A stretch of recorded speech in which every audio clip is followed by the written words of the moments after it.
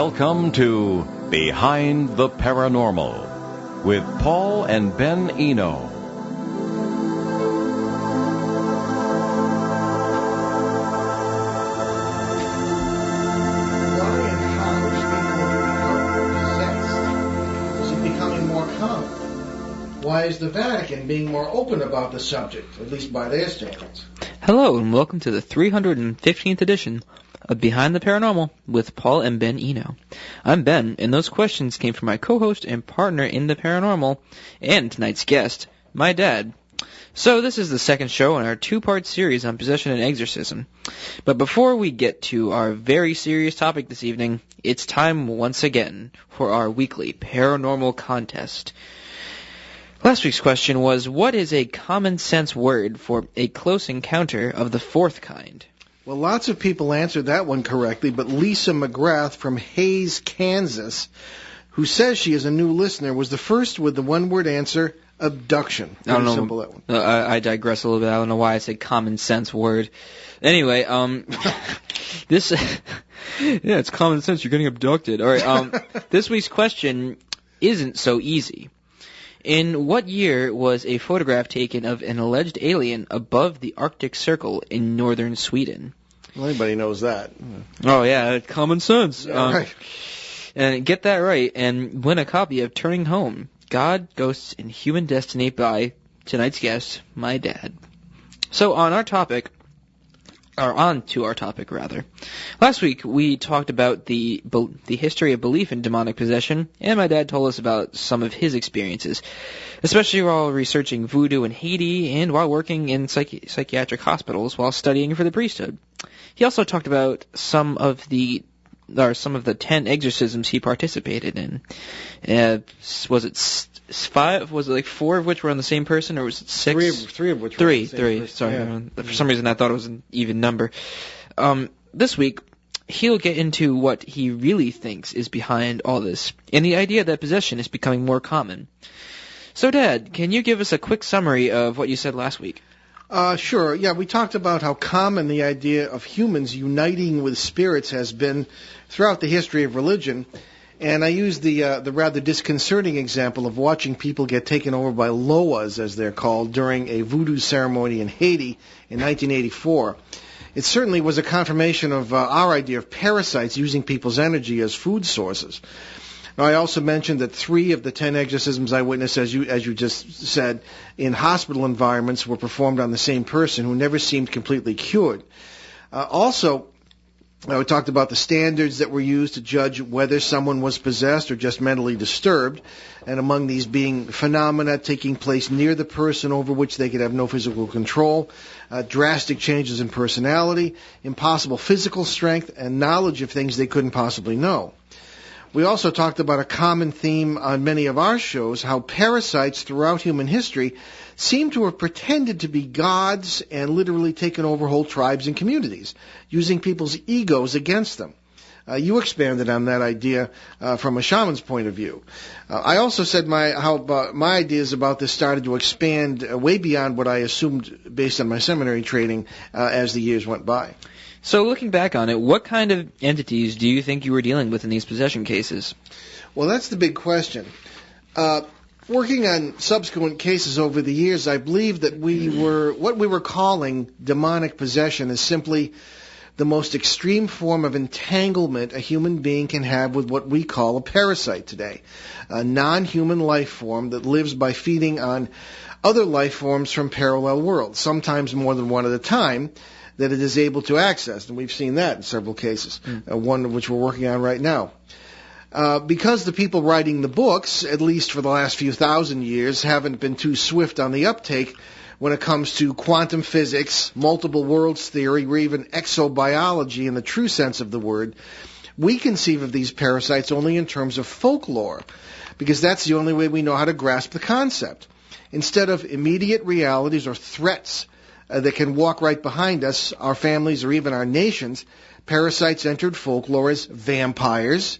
The ancients called them life-sucking ghosts, evil spirits, demons, servants of the devil. We made it fit our own limited vision of reality because that's the only way we could understand it. I don't even believe they are spirits. in the true sense of the word as non-corporeal beings, because I've actually had physical struggles with them on 2 occasions, as we've mentioned during the show at times. But since they usually don't enter our world completely, but rather take advantage of where worlds overlap, a very common occurrence actually, we see them, if at all, through the electromagnetic boundaries of these worlds, almost like through a translucent curtain. So we see them as misty or gauzy or just dark forms, like in the house in Bridgeport, Connecticut, 1974. Yeah. You can see 4 gauzy kind of structures moving down this little hallway into this very small house, into the living room, and then I ended up in this sort of physical struggle. It threw the little girl across the room, and that we're dealing with. You could see what the other 3 were doing. I was kind of occupied, but there was a reporter there, and members of the family, and a neighbor who all witnessed this. But anyway, and there is evidence that they see us the same way, although we apparently are much more appetizing. But make no mistake, from my contact with parasites, and you know this firsthand yourself, Ben, they are alien life forms, and whatever term you want to, any way you want to interpret that. They come through in roughly 9 different species. Their general presence to me has always come across as completely neutral, uncaring, or the best word I can think of is sterile, just almost without feeling, very non-human. It's really not a clean feeling at all, strangely enough. As are many creatures in nature, though, they are excellent mimics. Like these bugs that look like sticks, and they walk along and they fool their prey. They can catch their prey because the prey think they're sticks. And that's mimicking in nature. That's a very common thing, and these things do it too because they're part of nature as well. They can convince you that they're a lot more than sticks. They can convince you that they are a dead relative, an enlightened master, an alien emissary who's full of love for humanity, an angel, or even a god, or even the god.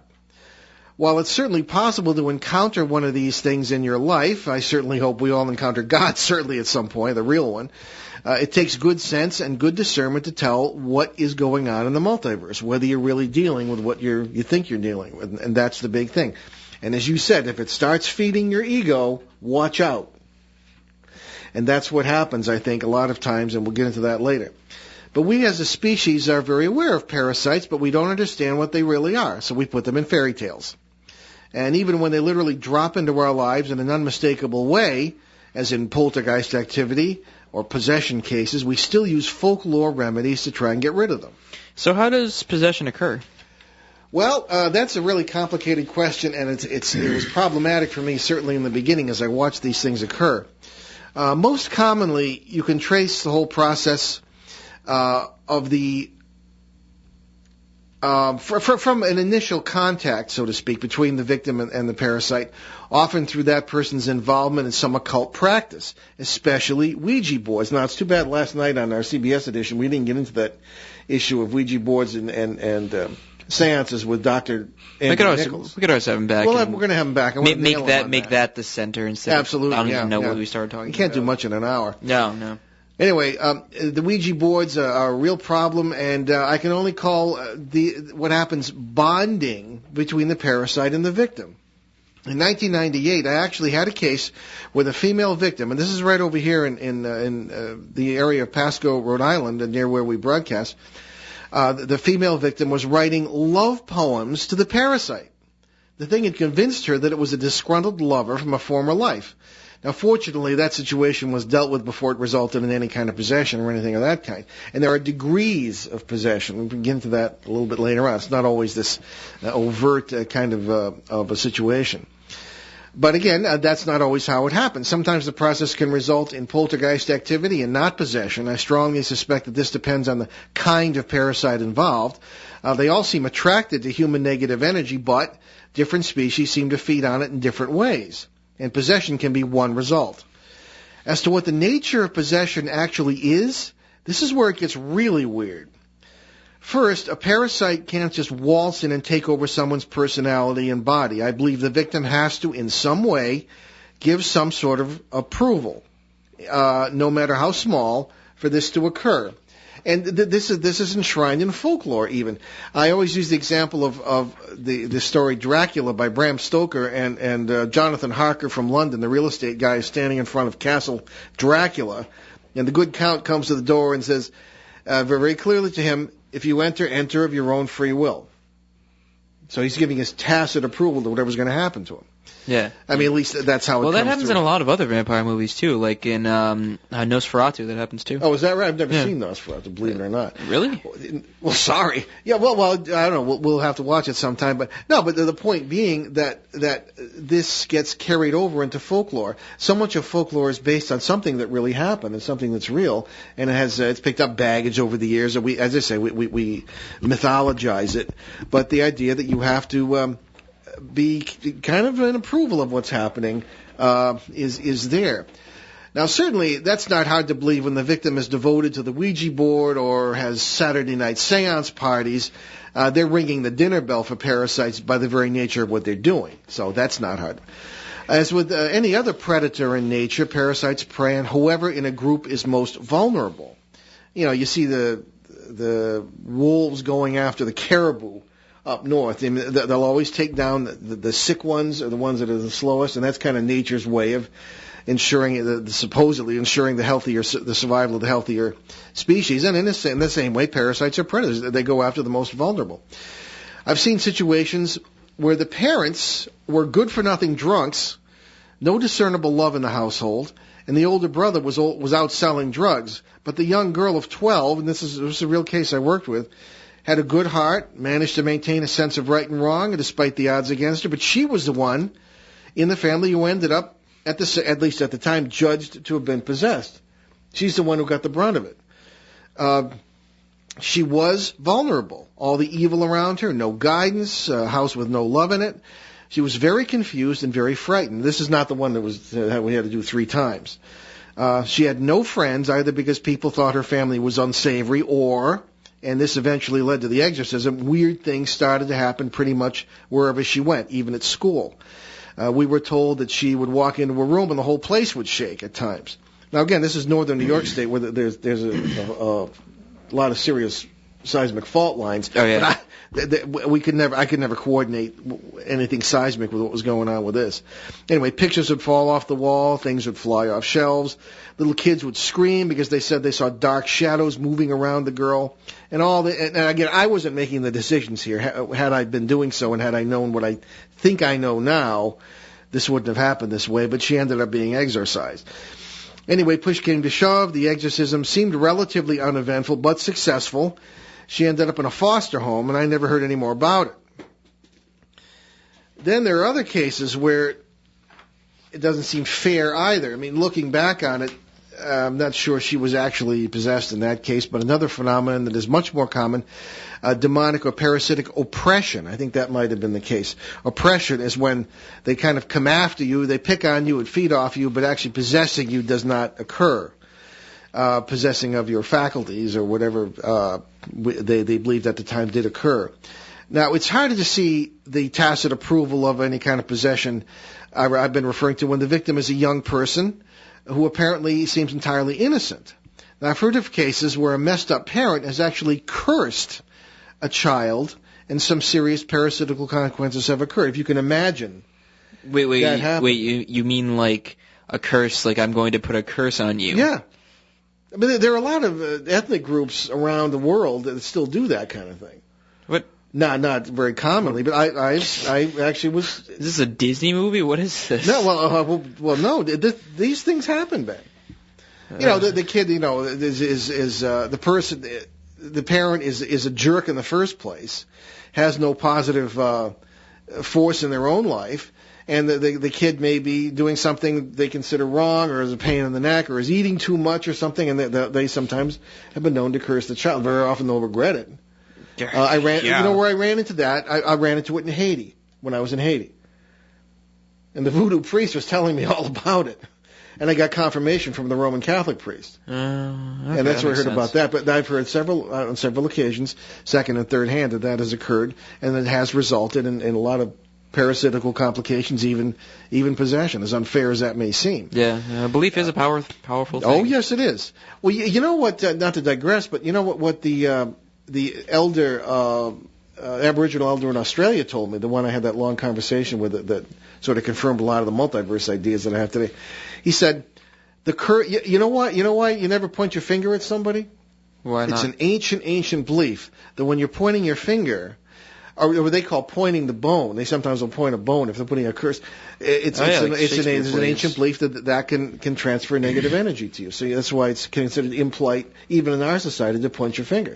Here, since we're talking about fun facts, you know why we carry our dead out of churches feet first?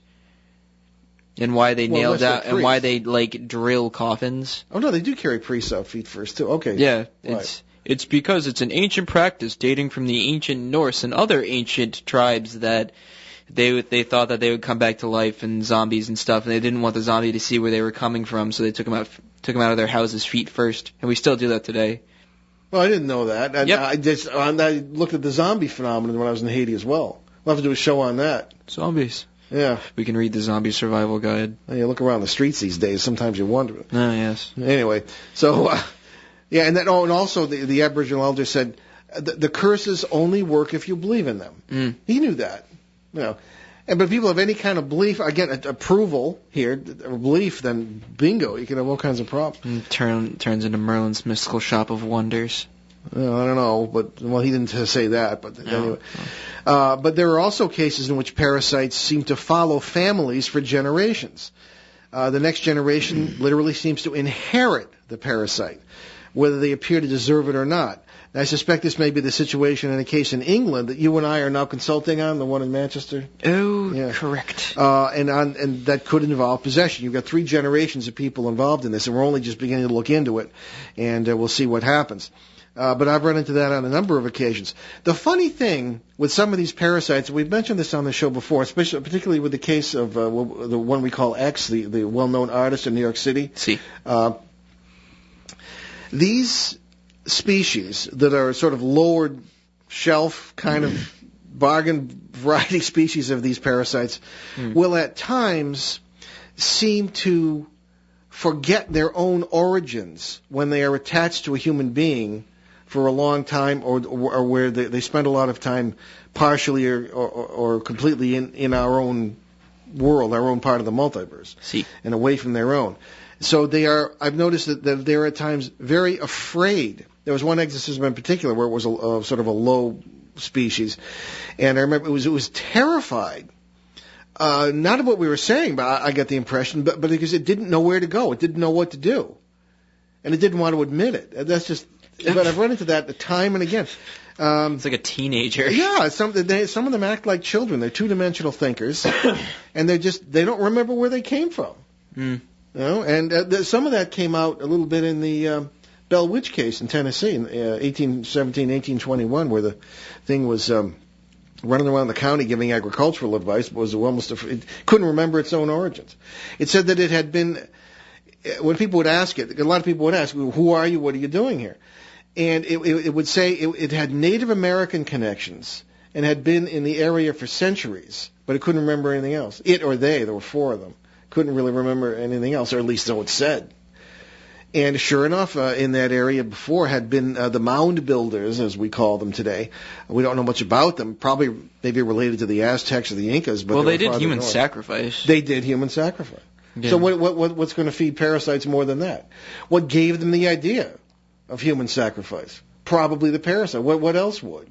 Yeah. No religion of love does that, thank you very much. Well, the Aztecs thought that blood ran the universe. Yeah. I'm just saying. Blood makes the world. That's they thought that the gods were like, oh, we need your blood to keep things moving. Yeah. Well, anyway, getting back to possession here, sometimes the worst cases can come from a really devout family, and that really threw me.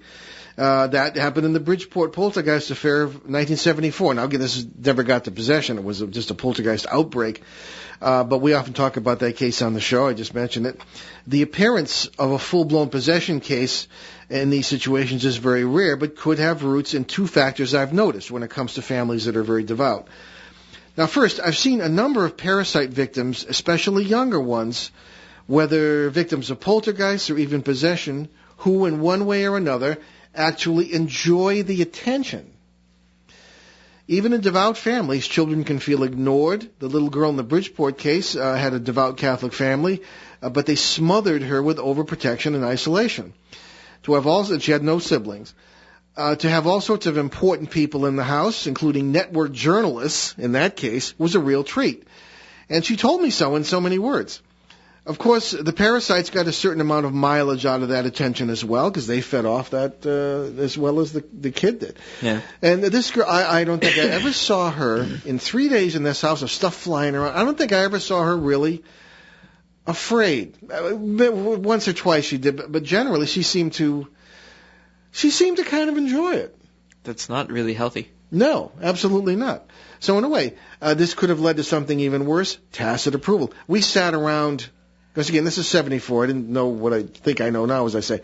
We were sitting around, Ed and Lorraine Warren and myself and Father Bill Charbonneau, waiting for the Diocese of Bridgeport to approve an exorcism. As we said last week, the Roman Catholic Church has that very institutionalized, ritualized, you can't do it without a bishop's permission. I don't know about today. Maybe they've lightened up a little. But in those days, it was really, the publicity was bad. Everything was bad about this, and they never did give permission. Whereas, like the Orthodox and everybody else, a little lighter on that. I mean, the priest can use his own judgment. Wait, are there Orthodox exorcisms? Sure. I've never heard of them. Well, they don't have a big book with a ritual in it like that for that. But, well, we can perhaps get into that. Maybe have Father Anthony back sometime. He's one of our sort of Orthodox consultant. Okay. And see what he has to say. Nobody really talks about that. Well, you try to keep a positive atmosphere so you don't have to talk about it. Yeah, that is true. But the trouble in the seminaries, priests are not trained. People think priests know about this stuff. They don't. No. Certain ones, and we'll get into that in a minute, how the Vatican is supposedly now training more priests to handle this sort of stuff because it's on the increase. But as a rule, your general garden variety parish priest, whether Orthodox or Roman Catholic, doesn't know about this. Nor does your local minister or even rabbi. Although rabbis, I find they tend to be a little more, sometimes they're more theologically mature. Imams, I don't know. Most of them won't talk to me. We have Muslims write in to the show sometimes saying, "Oh, this really makes sense. Can like what we believe, similar things about jinns and all this business. I want to have a show on jinns, but I can't get an imam to talk to me." And there are cultural maybe reasons for that, but I'd like to, if anybody's listening who happens to be an imam or a Muslim expert on jinns, please get in touch with us. I'd love to have you on the show. Yes. Anyway, they feed off this too. Now, a second factor, and I don't mean to be unduly harsh over this, is that some Christian spiritualities, including the old-time Roman Catholic paradigm, could be very, very negative. Based entirely on fear rather than love. And my brother was a well-known theologian and a Catholic priest, and he would say sometimes that to people in our own family, they would ask him questions because they'd grown up with Irish Jansenism or some kind of really strange, ultra-conservative thing. And he'd say, religion cannot be based on fear. It's got to be based on love.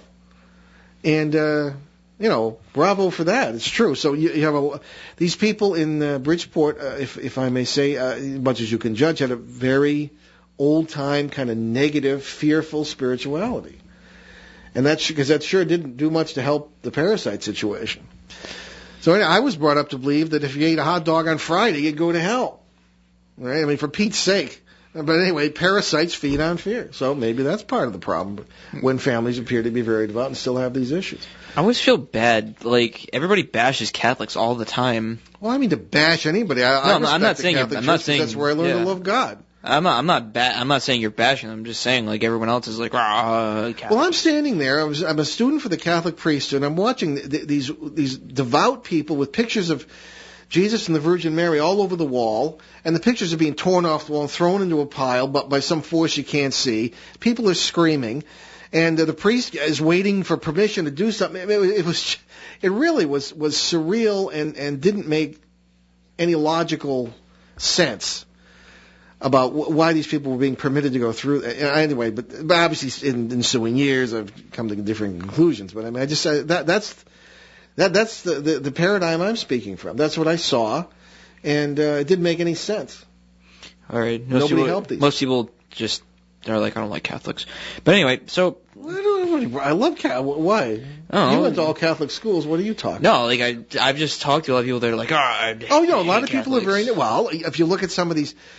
so-called atheists. I don't believe in atheists. They say they don't believe in God. I don't believe in them. Most of them are kind of sad. They have axes to grind, mostly with the Roman Catholic Church, and I don't think that's fair. No, it's not. Your faith and your religion, what you make of it.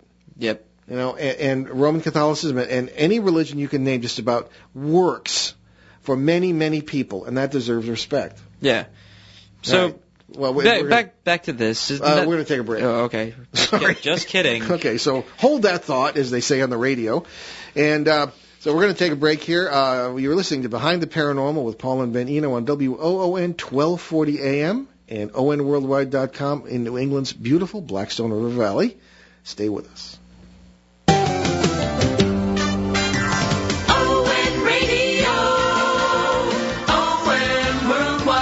Hi, this is Romeo Berthium. I'm inviting you to join me every Saturday morning from 6 to 9 for The Saturday Show. This all-request program includes music, news, sports, weather, and all sorts of community announcements. And what a great way to start your weekend. Join me this Saturday morning. ON Radio, ON Worldwide. And we wanted to remind you that this show is brought to you by our wonderful friends at Amazon Kindle. At Amazon.com and Staples and other places will sell this device to you. And, of course, this is the Amazon Kindle Reader and the Amazon Kindle Fire, which has just been released last November. And we want to encourage you to check this out. You can get all sorts of marvelous books, newspapers, magazines, and now with the Kindle Fire, apps, all in color, movies, TV shows, anything you want. And it's all in one handheld device that is easy to use and attractive to look at. And you can also get, of course, 4 of my books over Amazon Kindle, Faces at the Window, Footsteps in the Attic. Of course, the one we talk about tonight, which is our gift for our contest winner, Turning Home, God, Ghost, and Human Destiny. And certainly Rhode Island, A Genial History, sort of in a different vein. And check it out, Amazon Kindle. Again, you can get it at Staples and a number of other places, and also online, Amazon.com. So check it out, Amazon Kindle, Amazon Kindle Fire. Okay, and we are back behind the paranormal. We're continuing our discussion. This is the second show in our 2-part series on possession and exorcism, a topic that has attracted a lot of attention lately and has prompted listeners to send in a lot of questions. So, Ben, did you want to continue here? Yeah, so after all that being said, none of this seems really fair. No, it doesn't seem fair, but remember, ultimately these creatures and their activities are part of nature like anything else. Like, suppose you I remember this happened to you, you got stung by a bee one time, and you came in the house, and probably the last thing on your mind was, sitting there and sulking because you didn't deserve it. Or if one of us has a mosquito suck his blood, we don't worry about, we didn't deserve this, it's not fair, And, maybe it's not, but you don't think of that. So you think of it that way when it comes even to these parasites. That's Get attacked by a cat, I deserve this. Well, because people don't know our cat. That's the way nature happens to be in our part of the multiverse. You were in the wrong place at the wrong time. You often were when you were little. Yeah. In trees and everything. Gosh, if I told people where some of the places I found you. Anyway, circumstances were against you and in favor of the mosquito or the bee or the parasite. What you don't want to do is ask for trouble by using things like Ouija boards. That's the same thing as walking straight up to a hornet's nest and sticking your fist through it. All right? That's such a funny way of putting it. So, if this is all just natural, where do God and exorcism fit into it? Well, that's a good question, too. Because just as parasites are attracted by negative energy, hatred, division, fear, anger, so they are repelled by positive energy, unity, faith, compassion, good humor, and especially love. Exorcism based on religious faith work if they are based on God as the ultimate positive energy, love personified. That's why negative spirituality or religion based on fear may have created some of the problems instead of solving them, as we said. Yeah, that is true. But the exorcisms that were part of my seminary experience, unofficially, were always approached as battles in which the authority of the church to cast out demons, and the Bible says it gives the authority, through Jesus Christ, was used to forcibly separate demon and victim. It was always considered the last resort, of course. But as I said in the last show, that didn't always work. Over the years since then, I've come to think of exorcism as an especially intense concentration of positive energy, most of all love, by a number of people aimed at cutting off the parasite's food source, negative energy. It requires the active and sincere participation of everybody involved in the case, especially the victim's family. While traditional exorcism doesn't always work, I've never seen love fail. So you pointed out on the show numerous times that plenty of families that do all sorts of negative things, they don't always end up with parasites or possessed kids. Well, in days of yore, I mean, that always made me wonder. I said, how come certain people have this and certain people don't? But you have to remember that for any of these extreme paranormal events to occur, a number of ducks, as we say, have to be lined up in the right order. I suspect that without us creating really negative situations, parasites have limited control over where they access our world. It could be easiest for them in places where worlds often overlap because of the electromagnetics or geotechnics of the site. This actually has a lot to do with this. In places like that, you're also likely to have UFO activity, ghosts, cryptids, all these things we call paranormal. But when we deliberately punch holes in the membranes that constitute world boundaries, as we say, by using Ouija boards, seances, or other sledgehammer tactics, parasites come running. So, in possession, does the parasite actually take over a person? Well, that was the ultimate question I wondered about. I've never been convinced that's how it works. In every case I've seen, the victim's will is not completely subverted, and the parasite or demon is not in complete control. I would call it a melding of personalities, much as we see in dissociative identity disorder, or the multiple personality thing. Now, here's what I believe is the key to the whole business. And it's the weirdest concept of all for most people to grasp. We're always talking about our concept on the show here of the unity, as we call it. Ubuntu, as the African culture might call it. How the whole multiverse, this infinite community of interactive worlds that contains all possibilities and all possible versions of us, is shot through with the same energy we call life. This life is shared, and it manifests in infinite variety, apparently to the absolute delight of God. He seems to love all kinds of variations of things. Each of us is part of that variety, but we are at the same time completely united to each other, even organically. In the same way, we are united to all other living things, and indeed all other things. We've often cited examples on the show of how people have vivid and beautiful realizations of the lives they're living in other parts of the multiverse. Like we talked to Todd Banks, who was on the show, an ordinary listener who really got into that and had some beautiful stories to tell us. Often they realize that they are, in concrete fact and in every way, other people or other creatures, often in other worlds. Now, as real as this is, there are some minds that cannot handle this yet, not evolved enough, perhaps, maybe. And they end up in an unbalanced state, literally bouncing between lives that neither have they nor their doctors might realize are absolutely real. A perfect example is, as we said, multiple personality disorder. Now, I actually was in psychiatric hospitals and dealt with some of these people. They would speak with different voices. I once heard a woman speak with a male voice because she was in her personality as a driver for well, at the time was the REA Express. It was a precursor to FedEx. And she, you had to see it to believe it. That's pretty crazy stuff. And here's the key, again. I believe to the possession mystery. The unity of life within the multiverse is indiscriminate. At some point, somewhere or somewhen, we and the parasites are also one. From what I've seen, what we call possession is the manifestation of where we and a given parasite or parasites share a common life. All right? This is, I think, what we're seeing when we see possession. The parasite's personality might manifest, the victim's personality might manifest, or both at the same time might. Possession is a manifestation of a person's already existing identity with one of these alien enemies.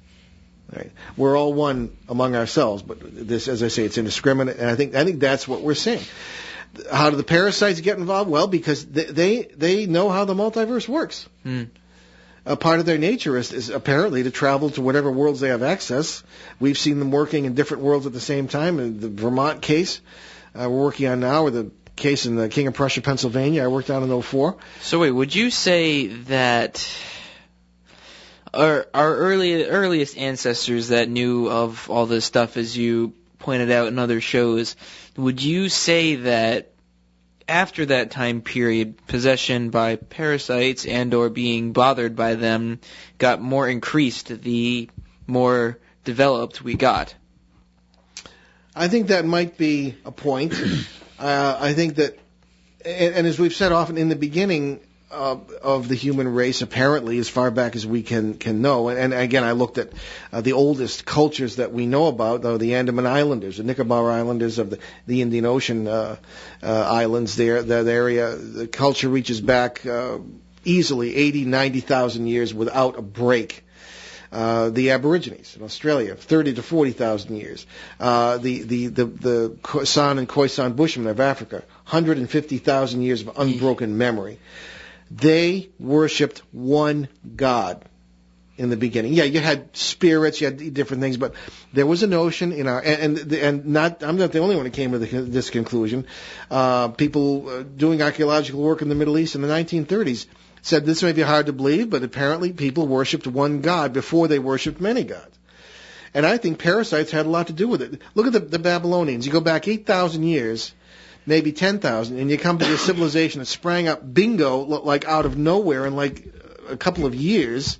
And the analogy I often use, they were bean farmers one day and then lawyers and doctors, the following week. It was ridiculous. So would you say that the parasites inadvertently helped them to what we are today? That raises a very interesting question. I don't know if I'd call it helped, but someone wrote in once... Influenced, yeah.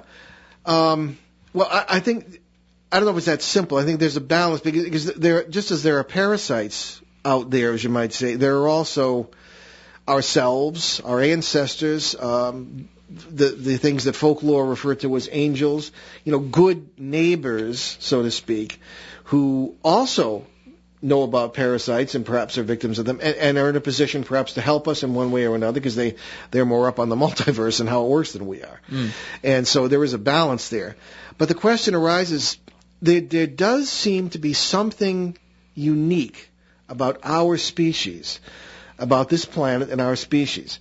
Anybody who's involved in exopolitics, which I reserve judgment on some of these business about extraterrestrials and the influence and all this business. I think a lot of it was these parasites or other incursions from other parts of the multiverse. Yeah. But the question is it possible that the human race was deliberately bred or engineered, or even, if you want to say, created by these influences as cattle to feed the parasites? Then that's a frightening concept to me. But there is, I hate to say, some evidence that might be the case. But there is plenty of evidence that we can overcome that. Now, it's not like you're going to walk down through farm country and see the cows protesting with signs, we're mistreated and all we are is food. Occupy the pasture. But we have an advantage over the cows. I think we have a certain amount of consciousness and analytical ability and a certain amount of unity, again, that they wouldn't have.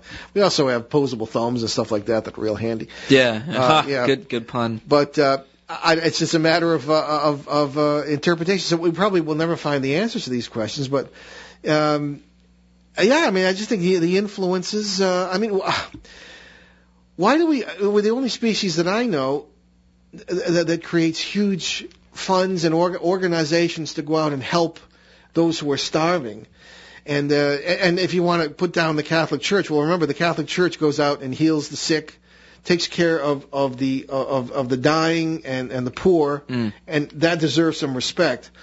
It does. On the other hand, I was a trained military officer learning to kill people, to go out and commit mass murder on scales that have been unimaginable in ways that we just push a button today, and we can't grasp the death of millions. We can grasp the death of one or two. And so there are two opposite sides to what our species does, and it really makes you wonder about the influences. I can see why we might be fascinating to other species. But I don't know, I really can't answer your question. We're hypocrites in our own right. Well, no, we are capable of so many good things, so many wonderful things, so much love and kindness, but we're also capable of so much hatred and evil. And it makes you wonder about our origins and what went into us, the ingredients, so to speak. So would you say that we were trained to look down on people who are, quote, uncivilized because they actually knew what was going on, we didn't? Yeah, I think in a way we have a lot of intellectual arrogance. Yeah, we do. But when you look at it today, when we're considering the issue of these parasites or the folklore that went into it or whatever, when we look at it, we're the ones who stand alone in history. I think that a lot of the paranormal researchers today, including many of the eminent people we have on the show, are kind of funny in a way, in a humorous sense, because they're trying to prove things that everybody before us knew existed.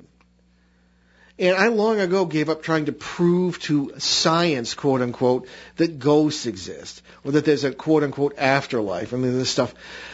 I was convinced a long time ago about these things. I want to know what it means and what the full implications are for our lives, our everyday lives, our spiritualities, the way we look at each other, the way we treat ourselves, and the way we build our societies. Because there are tremendous implications in everything we talk about on this show for everything about the human race.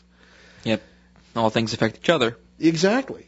Yeah. So. No, I just raised the question because, I don't know if I can answer the question. It raises other questions. Yeah, because all of which are disconcerting. Well, I raised it because it's like we look at the Aborigines and the Bushmen and all these other tribes that you mentioned, and it's like most people that I would talk to maybe a few years ago would be like, oh, well, they don't know anything. That's why they still live in huts and stuff. And it's like, well. But they do. And I often, and this came up with someone I'm considering having as a guest, the issue of what does it mean to be advanced. I'm always kind of amused by how they'll be talking about alien civilizations or the UFOs, if that's what they are, and all this business.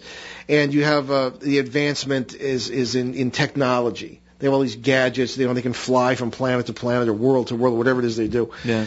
And I said, to me, advancement consists in moral and spiritual advancement. I would much rather make friends with a civilization that lived in huts, but had a higher form of consciousness, spiritually and morally.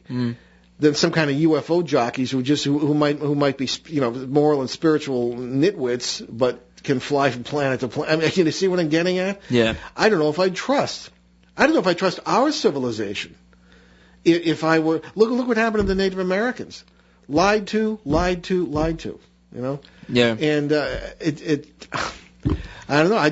We just don't define advancement in the same way other people do. So as far as looking down, sure. Yeah, and it's not justified at all.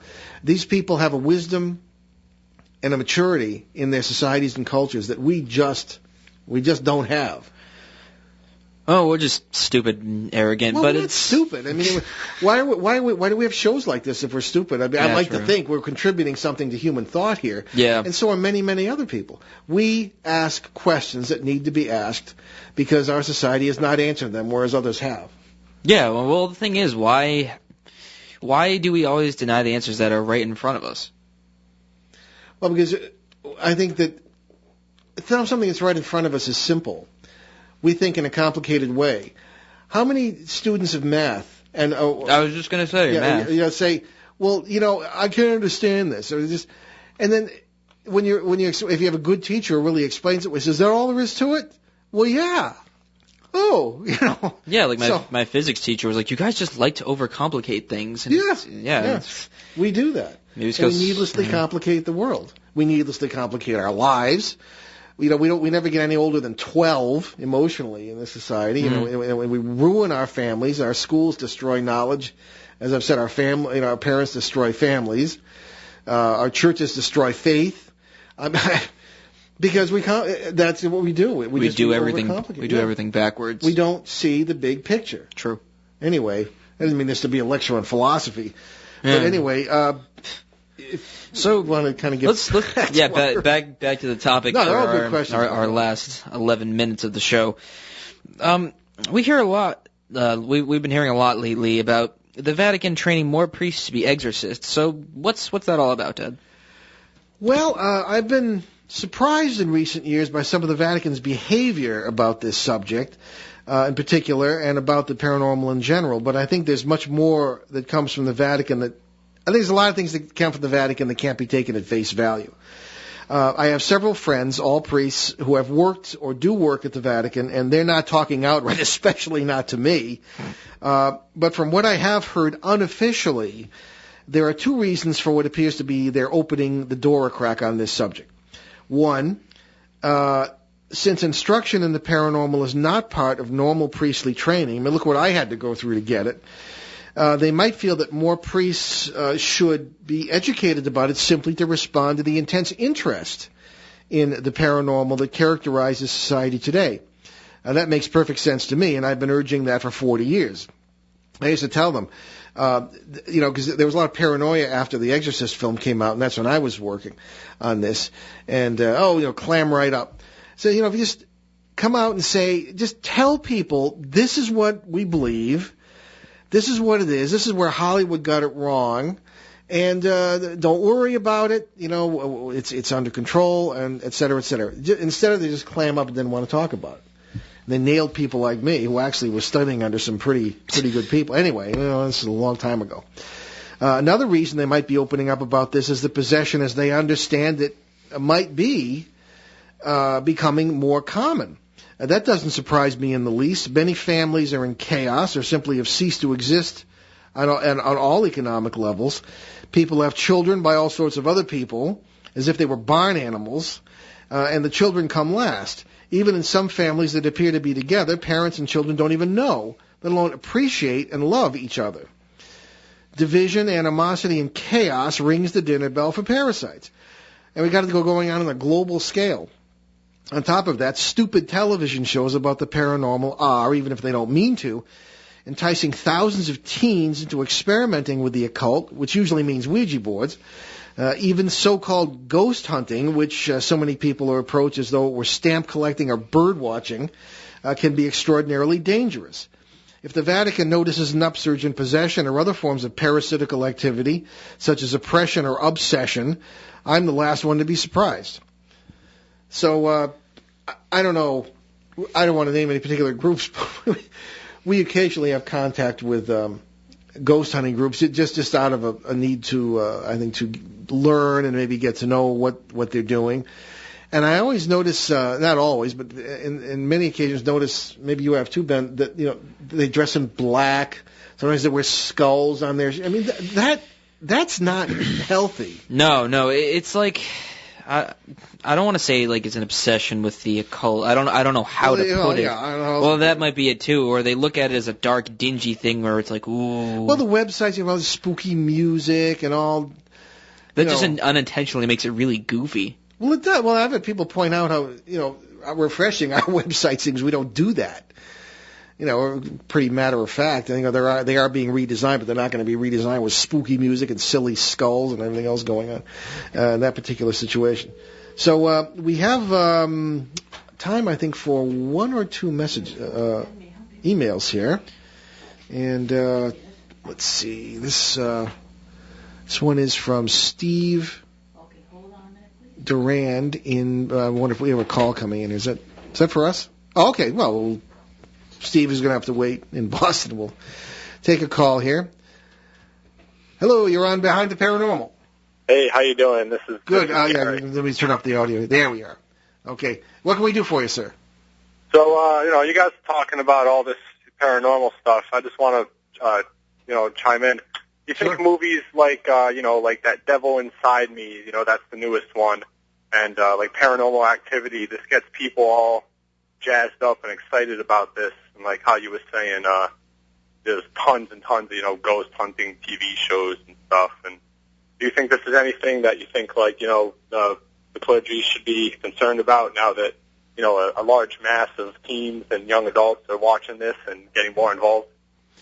Yeah, I mean, I'll give Ben a chance in a second here, but I think it's a matter of great concern. It's best not to dwell on these things and to turn them into, mass entertainment and things like that, I think can be a mistake.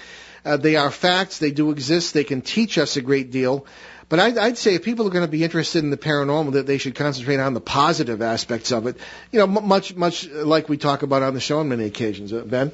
Well, what bothers us together the most is that they present it as this thing that it's like bird watching, where you can go out and do it as a hobby, and it's like, oh, well, everything's going to be fine, or it ends up doing a lot more harm than good. I mean, when I first watched Paranormal Activity, I watched it with my girlfriend, and she was like freaking out the entire time. I just sat there, and it was more or less correct, just with different terms, like with our point of view of the paranormal.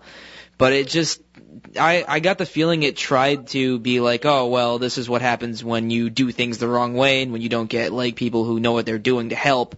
But then it inadvertently became a whole franchise where it's like, oh, look how scary this is. You guys should watch this and get into it. But it's not a healthy thing to get into. No, definitely not. Like, I feel like it went from where, things such as exorcisms were, a serious thing and, very, really dangerous, and now they're kind of looked on like, oh, it's a joke, and, it's just not taken seriously anymore. It's no joke, I can assure you of that. All right. Okay. All right. Well, thanks for taking my call, guys. All right, thank you for the call. Thank you. Yep. Okay. Have a good night. Bye. All right. How much time we got there, Ms. Producer? Let's see, 4 minutes. Okay. We have enough time for a quick short email. Yeah. This is a short question. Some Steve Durand in Boston says we can use his name. Yes. Very interesting show. Oh, you're supposed to read that. I'm sorry. Yeah, thanks. All right, very interesting show, Paul and Ben. I have never heard any approach like yours. It's so scary because it makes so much sense. Anyway, in the Bible, it talks about more than one demon at a time being able to possess somebody. Have you ever run into that? Yes, I'm afraid we have, not just in possession cases, but in poltergeist cases especially. They do seem to work in teams, if I can put it that way. They do seem to have organization and leaders, and I've even seen, these are intelligent creatures, and the trouble is, we use the analogy of hornets, bees, and mosquitoes. Well, hornets, bees, and mosquitoes don't come into your house and learn about you and learn how to push your buttons. Yes, they're secretly assassins. Yet. Yeah. So, but unfortunately, parasites can do that, and it's rather disconcerting. They will learn in things about you in order to be mimics, as we said. What's interesting? The Native American spirit for trickery is actually a spider, which they associate spiders where they can sit there and watch you and learn without you noticing the spider. Interesting. But it always messes up at the end, and then you always know it's like, I got you, that kind of thing. Yeah, well, some of the lower entities will be, the trickster kind of thing. And again, folklore, I think, is based on bringing these things in that.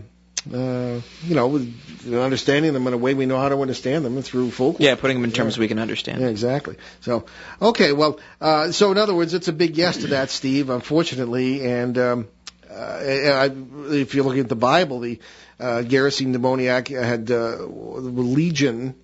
Was Jesus asked the name of the entity and said, there are many of us, and he cast them into the herd of pigs, and they ran down into the Sea of Galilee and drowned themselves. And Ben made the comment, I wonder what the farmer thought. Yeah. But anyway, that isn't dealt with in the gospel. Destroying the economy, I have run into that. One pig at a time. Yeah, exactly. Okay, so I guess that's pretty much all the time we have. We wanted to encourage you to check our website at BehindTheParanormal.com, past guests, future guests, lots and lots and lots of podcasts, all free, over 300. You can buy my books. Hope you do. Subscribe to our newsletter, which we're still kind of working on getting back up again, and all sorts of things to do there on that site. So many thanks to our producer, Denise Richards, and we will see you next Monday, February 6th, right here on WOON, 1240 AM and ONWorldwide.com. And Ben and I will do an open line show to deal with more of those ever-mounting emails, hopefully on more subjects than exorcism. Yeah, a big stack. I'm sitting right here. So on our regular CBS edition on Sunday, February 4th in Boston, Pittsburgh, Detroit, and Seattle, we'll welcome back author and UFO expert Peter Robbins for a look at the groundbreaking work of Bud Hopkins, the late expert on alien abductions. And we'll leave you this evening with a quick quote from that lovable old Irish poet and playwright George Bernard Shaw. Quote, "We learn from experience that men never learn anything from experience," unquote. And with that very witty ending, thank you for joining us on our great cosmic journey, and we will see you next time. Return to this radio frequency 167 hours from now for another edition of Behind the Paranormal with Paul and Ben Eno.